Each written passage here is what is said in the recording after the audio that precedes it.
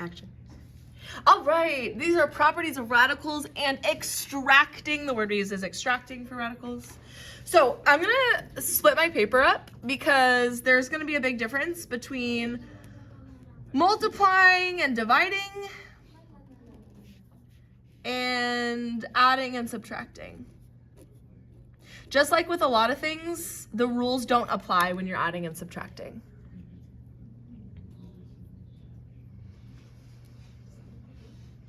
So I'm going to start just with the most important ones first, the one we use all the time.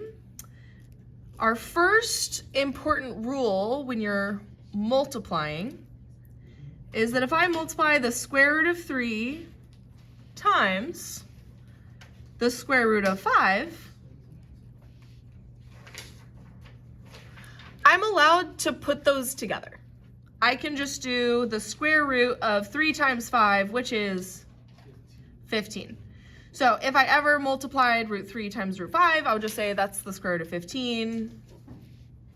Or, as you guys know, you can go the other direction and you can split it up into multiple, and that's how we extract. The second, I'm going to show you division. This was relevant on the test. The square root of x squared over 100. No, it was just relevant on the test because you guys had something where you had to split it. So if you have the square root of a fraction, you're allowed to take the square root of the top and the square root of the bottom separately. In fact, that's what you're supposed to do. Making the numerator now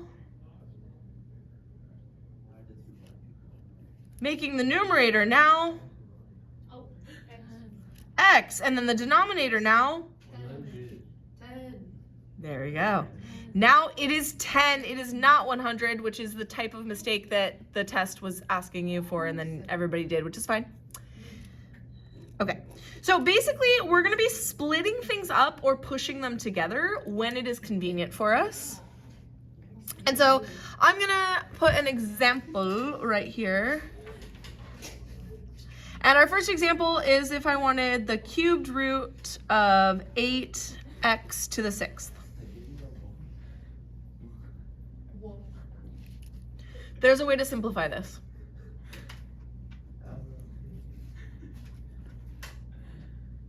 What do you guys notice about the cubed root of 8x to the 6th? 8 is cube rootable. Can you guys nod to your neighbors and say, ah, yes, the cube root of 8. I do know that. And so we can't just cube root 8. We have to think about this too. So this is what I'm going to do. I'm going to use my property up here, my first property. I'm going to say that this is the cubed root of 8 times the cube root of x to the 3rd times x to the 3rd. Now, don't freak out. Do you guys agree that x to the 3rd and x to the 3rd would combine together to make x to the 6th? I do believe that. So I actually just used a different, that's just my exponent rule that I can split that up. 3 plus 3 is 6. And so I can actually split these up separately now too. This is the cubed root of 8 times the cubed root of x cubed times the cubed root of x cubed, which means it all cancels. What's the cubed root of 8? 2. What's the cube root of x cubed? What's the cube root of x cubed? So our final answer is 2x squared. Ah, so simple. Super simple. I turned this into something like this. Very nice, very nice, very nice. Okay, so this is different. A lot of these rules don't apply when you're adding and subtracting. So I'm gonna go over here and I'm gonna use these same numbers. Let's say we have the square root of 3 and we're trying to add the square root of 5 together. What do we do here? You can't do it. There's nothing. You cannot add them. Well, you'd add decimals, which is not the exact answer. It's just the approximate. So anytime, this happens also with canceling when we were talking about rationals. When things are multiplying and dividing, they'll cancel away, but adding is just not the same thing. You can't do it. Same thing, of course, let's say if you're subtracting, can't do it, can't do it. The only way you can add is those like terms that I showed you on yesterday's warm-up. Yesterday's warm-up said the square root of x plus the square root of x, and these are exactly the same. So what's one square root of x plus another square root of x? It's 2 square roots of x. So this is what we say when we talk about combining like terms. The terms have to be exactly alike. That's the only way, and combine actually means adding things together, so combine also means add. So, caveat, they have to be the exact same index. If you ask, Ms. Robert, what's an index? Well, the index is if it's a square root or a cubed root or a fourth root, so I'm just gonna do this versus this versus this. The index is just if it's a square root, a cube root, fourth root, fifth root, sixth root, whatever. And then it also has to have the same radicand. Please spell this correctly.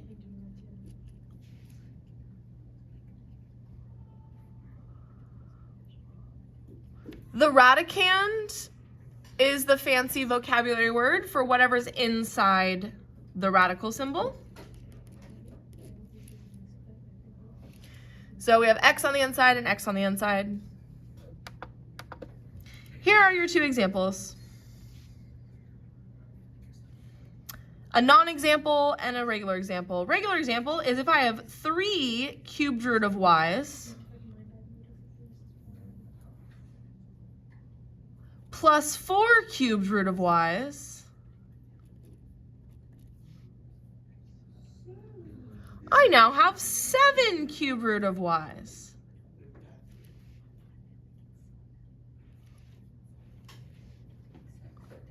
Now I know when I say it out loud, it's like, oh, I see that, that makes sense. But when it comes to you and it's just thrown in your face, you'd be like, I don't know what to do. Do I multiply? What do I do? And people freak out. So really 3 of this thing plus 4 of this thing, it's just that the this thing has to be the same. Same index, same radicand. Here is your non-example.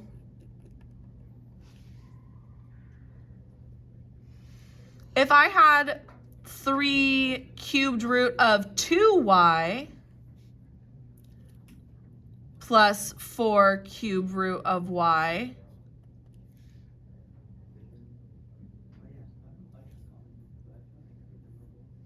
you might think to yourself, oh, maybe I could do something with this. You cannot. You cannot add them, you can't combine them, you can't really simplify it very much at all. That's about as simple as it gets. You leave it like that. Nothing to do. Nothing doable.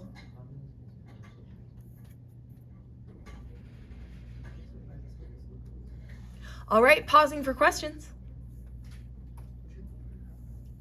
This is where most of the work is. This is where a lot of the fun simplification is and a lot of these practice problems. This is just something you need to get your eyes used to because it doesn't happen as often, but when it does, it's helpful. All right, practice.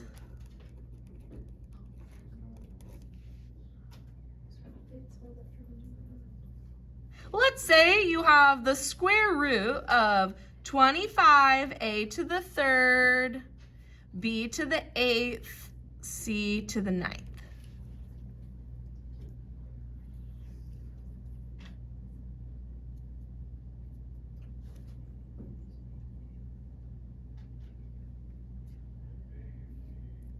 What will you do? What's the first thing you notice? The 25 is a perfect square. So we're going to use that rule where we can split things up. Now I'm going to split things up where the square root of 25 is now separate from the square root of a to the 3rd, which is separate from the square root of b to the 8th, etc. But there's a lot of ways people can think of this. So if you know the answer right now and you want to do it, by all means, please do. If you don't, here's what's actually happening. This is what I would do. So the square root of 25 is just 5. We're okay with this. But when you get to these exponents, you're going to find where they can cancel. So I know that a squared is going to cancel with the square root. So I'm going to split this up into a squared times a. That one won't cancel, but it's okay because this one will. Do you guys agree that a squared times a is a to the third? Yes. Okay, I'm going to do the same thing with the b's. Inside b to the 8th, I have b squared, another b squared, another b squared, 1, 2, 4, 6, 8. So I took all 8 of my b's and I just grouped them into squared groups. And you do the same thing with c. I have c squared, 2, 4, 6, 8, and then 1 left over at the end by itself.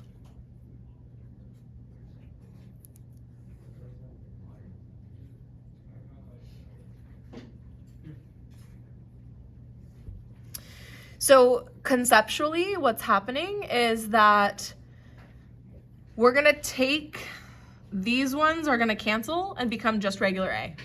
The square root of a squared is a. This turns into 5. We have an a that comes out. And then we count up how many b's come out. This one is gonna cancel. This one is gonna cancel. This one is gonna cancel. This one is gonna cancel. So we'll have b times b times b times b, which is b to the 4th. Are you with me? Those have been extracted. They just turned into 4 regular b's. And then how many regular c's will I have? 4. Also 4, except we have these leftovers. So when you're done doing your extracting, you are gonna still have stuck inside purgatory. This a is still trapped inside the radical symbol.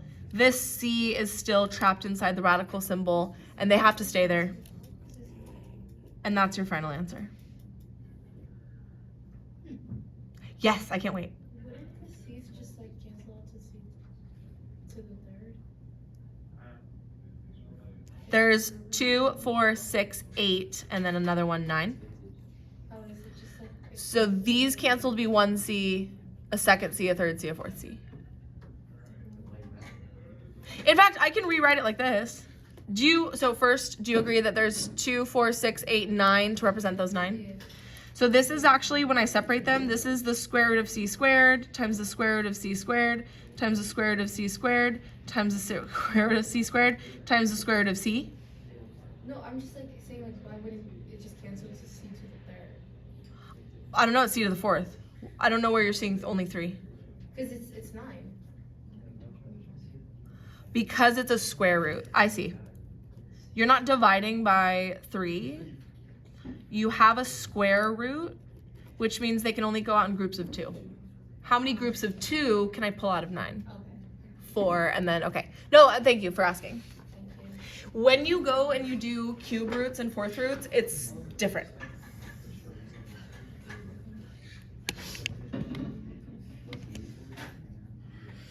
Boop. Oh, sorry. Okay, last example, or problem, I mean. Practice problemo. It's gonna be hard.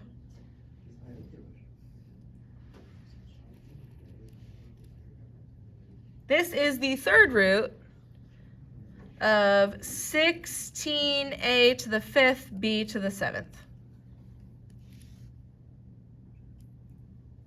I made my thing a little bit too long.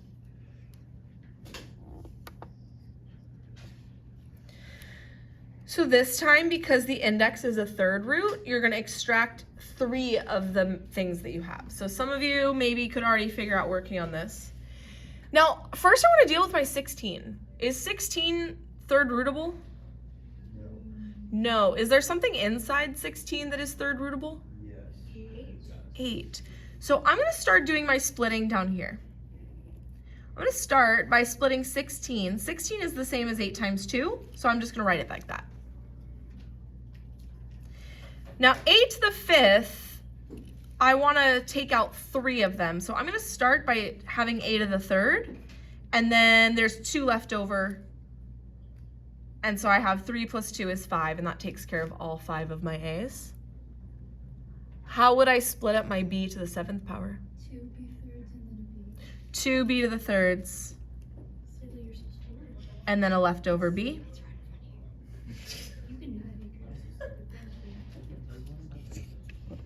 Cool. And so we're going to use the property that says you can take the cube root of everything separately. Now, if you would like to see it, this is the cubed root of 8 times the cubed root of 2 times the cubed root of a to the 3rd times cube root of a squared. You could do that separately with all of these, bing, bing, bing, bing, bing. But I think a better way to do it is to extract what we can extract first. So I'm going to extract the 8. I'm going to change the cubed root of 8 into 2, regular 2. What else can I extract from here? The a to the 3rd. Great, this a to the 3rd, boom, is now regular a. What else can I extract? The 2b's to the 3rd. The 2b to the 3rds, boom, boom. I now have b squared has come out. And I cannot take anything from 2a squared or b. So my last step is to just rewrite the radical symbol and leave everything else in there that has to stay in there, stuck forever.